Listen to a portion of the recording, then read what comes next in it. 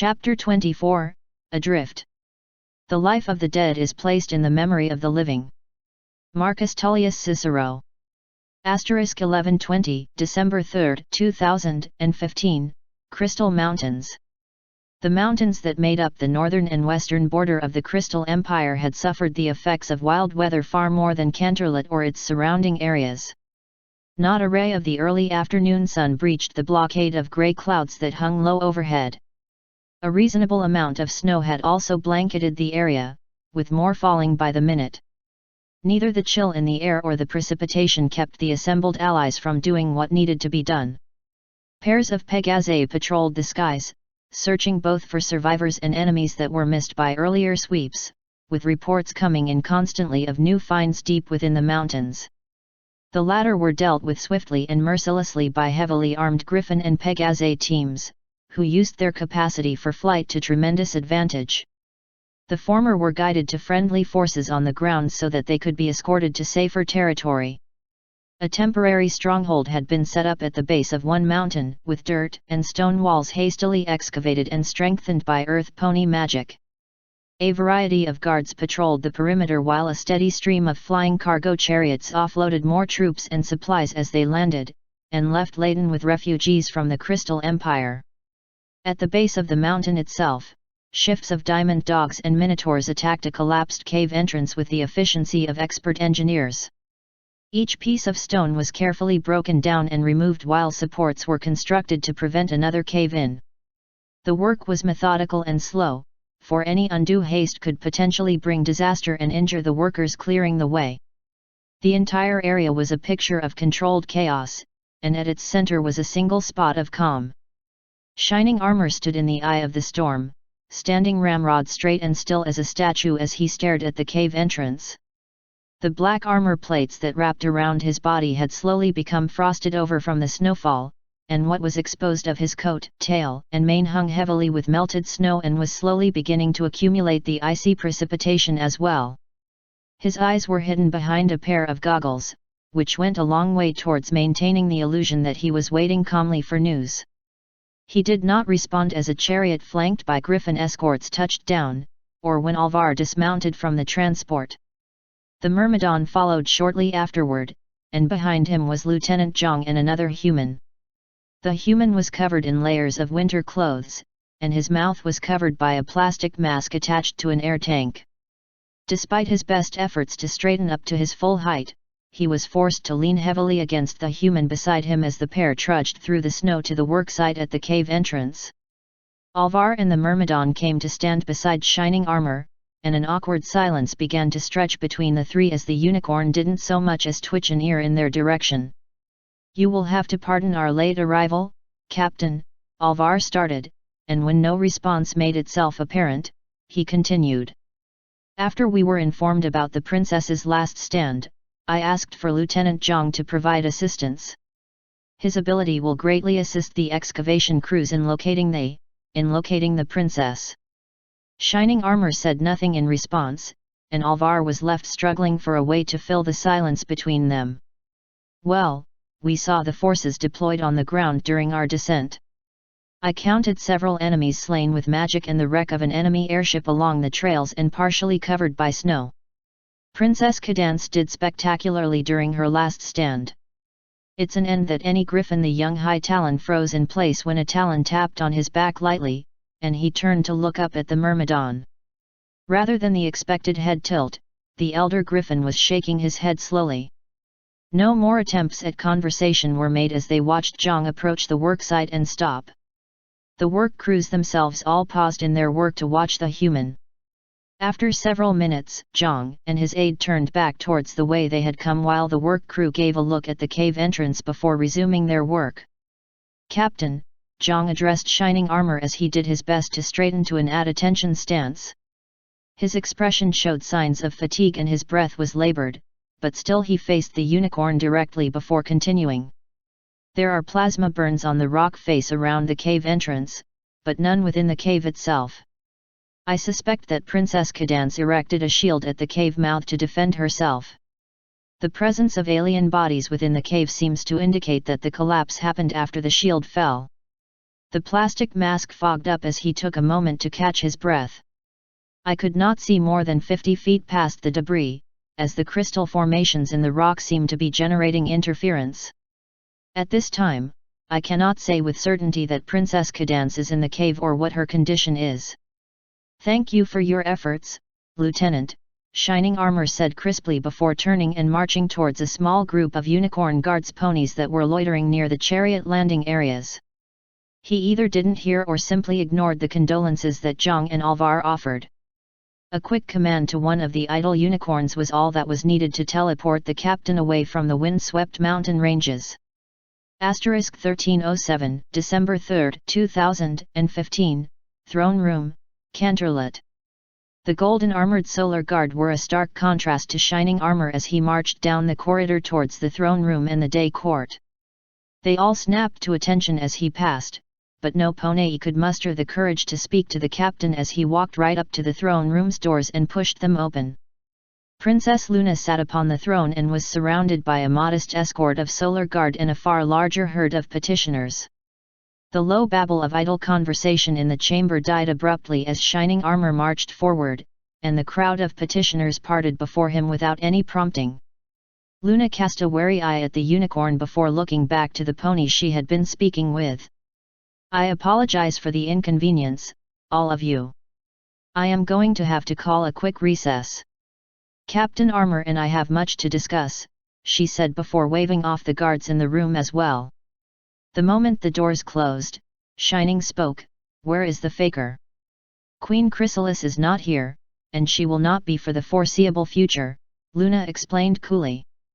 I have a great amount of respect for you, Captain, so I'm going to politely ask you not to seek her out. If I must make it an order, then questions will be asked that we cannot afford to answer at this time. Shining Armor said nothing, but the tenseness of his posture and his clenched jaw spoke loudly enough for him.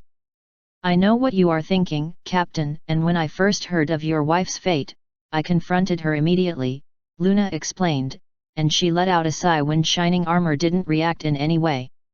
Princess Cadance had left for the Crystal Empire before her part in our alliance could be solidified, and she was understandably concerned that if she preemptively stationed a changeling with your wife, it would spark an understandable but unfortunate confrontation. Just as before, Shining Armor's expression didn't change. Luna's eyes narrowed at the captain's continued silence. As unfortunate as these events are, we cannot afford disharmony in our alliance. I swear to you that the perpetrators of this heinous act will be punished accordingly, but if you jeopardize our position by pursuing a personal grudge, then you will give me no other alternative than to relieve you of duty and sentence you to house arrest until this matter is resolved. I do not want to do that, Captain, but I will if you force my hoof. Am I understood? Perfectly, Princess, Shining Armor said mechanically. The Alicorn held her stern glare for several more moments, before it finally softened. Then you are dismissed with my condolences, Captain.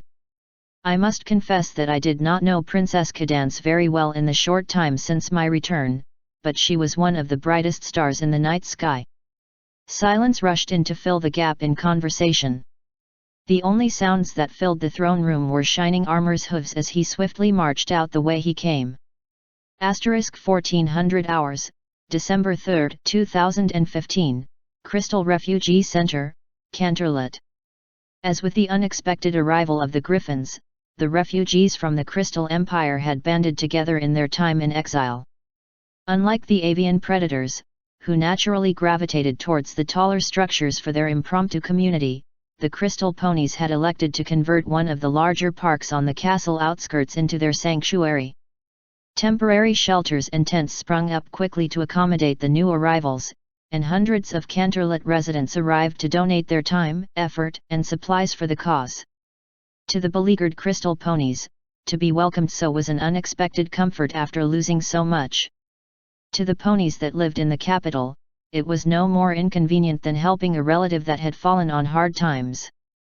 What unified both was the comfort of their fellows who were also struggling, and a slow-burning anger at the creatures that were responsible for the atrocities they had endured.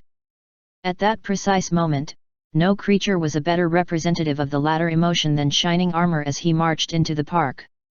It wasn't long before he was spotted by one of the ponies helping with the relief effort, and a hushed whisper cut through the general chatter and noise like a knife.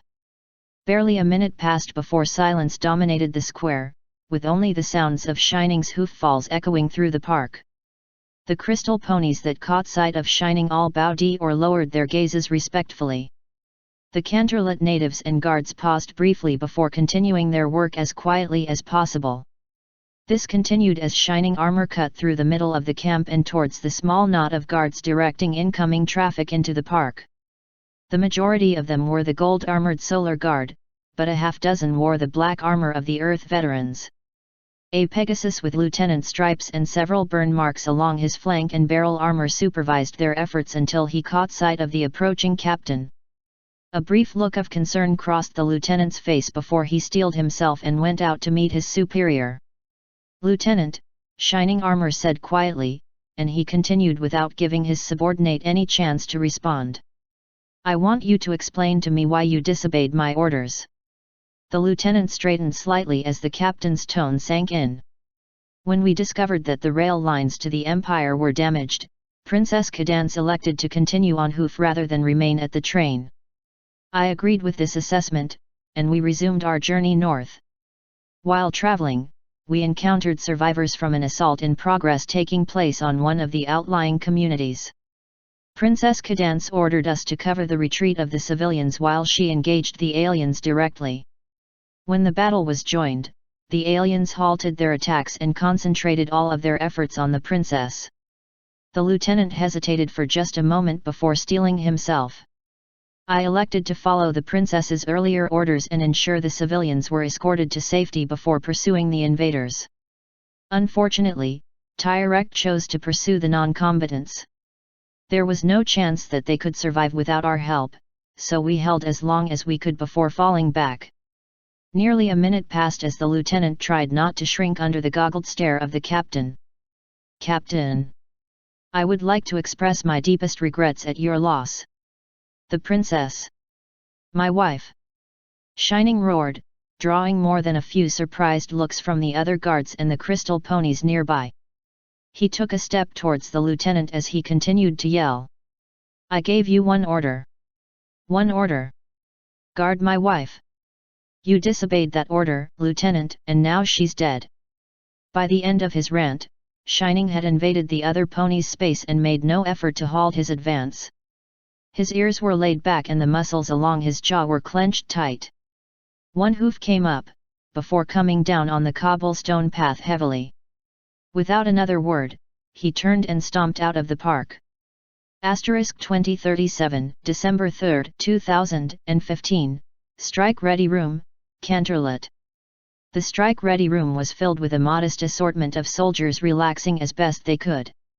The vast majority was an almost equal sampling of the three pony races, followed by a flock of griffins, then humans, and lastly a small sampling of zebra and minotaurs. Most simply sat in small groups to talk or play simple games to pass the time before they were called up for deployment. All avoided Shining Armor. The guard captain sat on the bench closest to the chariot lofts and teleportation areas, with his goggled gaze locked firmly on the opposite wall. A quartet of blades sat ready in their sheaths beside him, and his armor had been checked and rechecked several times. The moment an alert was received, Shining Armor would be the first soldier on the ground to fight. The only problem he was encountering now was a disconcerting lack of cooperation from the aliens. For nearly 6 hours he had held his position, waiting for his chance to take to the field. He needed the aliens to attack somewhere, anywhere, so that he could have a proper target to vent his anger and frustration on. He needed it to keep his mind from dwelling on. Shining was saved from walking down that dark train of thought when Captain Harris sat down next to him. For a long moment, neither said anything to the other, or even acknowledged the other's presence. "Captain Armor," Matt said finally, though his gaze was locked forward much like the unicorn. "Captain Harris." The response was anything but conversational. Another moment passed before the human let out a sigh. "I'm not going to waste your time or mine by offering condolences, you've heard enough of that from what I'm told, Matt said slowly, and he paused as Shining Armor's left ear twitched. However, I think you're forgetting that you aren't the only person who's lost someone important to them. I don't need a lecture from you about losing my wife, Shining snapped. What about Twilight? The simple question caused whatever barbed comment Shining had prepared to die before it was said. She has her friends. They'll help her get through this, he finally managed, before growling, she also has you. You're right, they'll help her as best they can. But she also needs you. Her friends can sympathize with what happened, but you knew Cadance as long as she did. You lost your wife, and Twilight lost the closest thing she had to a sister, Matt explained carefully and quietly. Silence filled in where the conversation left, and Matt let out a sigh. Captain Armor, he said, and his voice was more official than informal. The princess requires your presence at the Vault of the Sunday. You are to report there immediately. The order forced a reaction out of the stallion as his head snapped to the side to glare at Matt. The human made no move to meet Shining Armor's glare. No further explanation made itself apparent, so he stood and marched out of the ready room. * 2100 hours, December 3, 2015, Vault of the Sun, Canterlot. Canterlot Castle held enough showrooms and display cases to put most museums to shame, as the princesses had collected a great deal of things over their many years of rule. The majority of the public halls were filled with art and artifacts that held cultural or aesthetic value. A small minority of these halls were private and maintained by the princesses themselves, and were often stuffed from wall to wall with trinkets that held nothing but sentimental value. The Vault of the Sun was neither of these. Anything that had earned a place in that room was considered too powerful or dangerous to be allowed somewhere that might tempt any pony who saw it. Shining Armor had only ever been in the vault twice. The first time had been in the presence of Princess Luna to retrieve the clover leaves for their first trip to meet the humans. The second had been to replace them upon his return. It went without saying that access to the vault was restricted to a precious few ponies, so Shining Armor was understandably put on guard when 3 ponies were waiting just past the entrance guards. Twilight Velvet leaned heavily against Nightlight, and tears rimmed her eyes when she caught sight of her son approaching. She took a breath to call out to him but stopped when her husband pulled her close. The elder stallion's expression was blank as his wife sobbed into his chest. Despite knowing his goggles would prevent it, Shining found that he couldn't meet his father's eyes. The last pony in the room was Twilight Sparkle.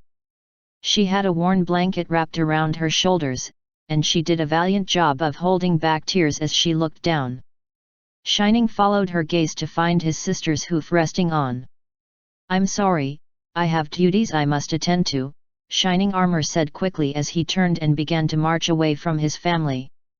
"You think you're so clever, Harris, not specifying which princess gave the order? I'll remember this." "Son, Shiny, stop, please," the words of his parents fell on deaf ears as he continued. "Shining Armor, don't you dare take one more step." The shouted order forced him to pause, the angry and grief-filled tone only partially responsible for his hesitation. He looked over to see his sister fixing him with a glare that would make lesser beings cower. "Shiny, if you walk out that door, if you don't come here right now, then I don't ever want to see you again," Twilight said shakily. Though her voice faltered at the ultimatum, the true measure of her resolve was found in her unyielding glare. He wanted to leave. Son above, did he want to? Am I willing to give up my family to avoid what's waiting for me? Shining clenched his teeth and turned back to face them. "Who are you, and what have you done with Twilight?" he asked himself, and he felt the mildest sense of déjà vu at seeing his sister in this light. Every fiber of his being willed him to stop, to run, to find something to vent his frustration at. Despite this, Shining forced himself to walk stiffly toward the gathering, and the object that sat at its center. The crystal heart sat beside Twilight, its perfection unmarred by the violence that had caused its arrival in Canterlot. When Cadance, when his wife had possessed the artifact, it had shone brilliantly with magic and power, but now it had only the smallest flickers of light within it. Shining slowly reached out with a shaky hoof, before placing it on the center of the heart. The dark corridors of the castle's lower levels vanished instantly. A vast field stretched in every direction around Shining Armor, with waves of long grass waving as far as the eye could see. Not a single cloud was in the sky to block the sun as it hung in the late afternoon sky, but the heat was countered with the gentlest of breezes. It was a setting that couldn't be more comfortable to any pony that experienced it. Shining Armor. The stallion whirled around to look for the source of the voice. Cadance! Cadance! He screamed, but there was no pony there save him. If you're here, Shiny, then the worst must have happened. The voice came from everywhere and nowhere at once. Regret tinged the voice as it continued, I am so sorry. I am so sorry that you were the one left behind. I had always thought that our situations would have been reversed, given our circumstances. Where are you? I'll find you, I'll save you. I just need to know where you are. Shining Armor shouted as he continued to run full tilt across the grasslands. His heart hammered in his chest and his legs began to burn from the sprinting. They were minor inconveniences that he could ignore. Where are you? Please, Cadance. I'm sorry, Shining Armor, the voice said. I'm not the Cadance you want. When the extent of the danger became apparent, I was created by her to say what must be said to those who remain. I'm an echo of her love for you, and her last will and testament. Shining continued to sprint as the sun slowly sank towards the horizon. He sprinted until his legs couldn't support his weight anymore and he collapsed to the ground. His heart demanded that he keep running, but his body couldn't support that order. Through sheer willpower, he got his hooves under him, only to collapse again. He ceased his struggling only when a familiar shadow fell over him. The setting sun shone brightly around Cadance as she watched Shining struggle to reach her. My Shining Armor, always so stubborn, she said as tears filled her eyes. Shiny, it had been my greatest wish that we be together for as long as fate would allow it. I know that you will cherish my memory to your last days, but going forward you'll have to accept that you deserve more than me. Shining continued to crawl and stumble forward until he fell before the radiant figure. You've got it wrong, Cadance. You're more than I ever deserved. Please, don't go. A shaky smile tugged at his wife's features as the tears finally fell from her eyes. I'm nothing but a memory now, Shiny. You deserve someone to have and to hold. Your heart is too strong to be held back by a memory, so I know you'll find some pony that will help you heal. She leaned forward until their faces were just inches apart. I still have one gift left to give you. Goodbye, my Shining Armor. The stallion looked up, and saw the stone ceiling of the vault. Cadance's image, and the endless field, had vanished like a pleasant dream. Shining removed his hoof as he looked back to the crystal heart, and his breath caught in his throat as the last light of Cadance's magic faded away. His armored hoof rose sharply, and he had every intention of striking the heart with all of his strength, but the anger was gone. The fire. The outrage. The blame. All that was left for Shining Armor was the reality of what had happened to his Cadance. His raised hoof hovered in the air before pulling the goggles off of his eyes. Only his pride allowed him to maintain his stoic facade, but it lasted only until twilight pulled him into a tight hug and sobbed into his shoulder. He returned the embrace, and wept.